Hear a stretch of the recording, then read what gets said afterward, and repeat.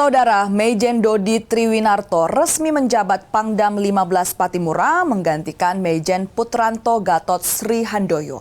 Pangdam menekankan kedisiplinan prajurit dan komitmen mendukung pemerintah daerah. 152 Babulang dan Rindam. Serah terima jabatan Pangdam 15 Patimura berlangsung di lapangan Merdeka Ambon.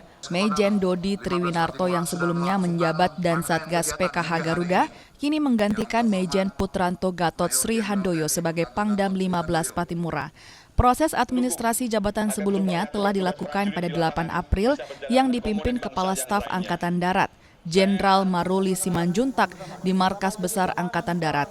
Maijen Dodi Triwinarto menghimbau seluruh prajurit TNI Angkatan Darat untuk menghindari segala bentuk pelanggaran etik maupun pidana, serta berkomitmen mendukung kerja-kerja pemerintah daerah. Sudah kondusif, kami akan memperkuat soliditas.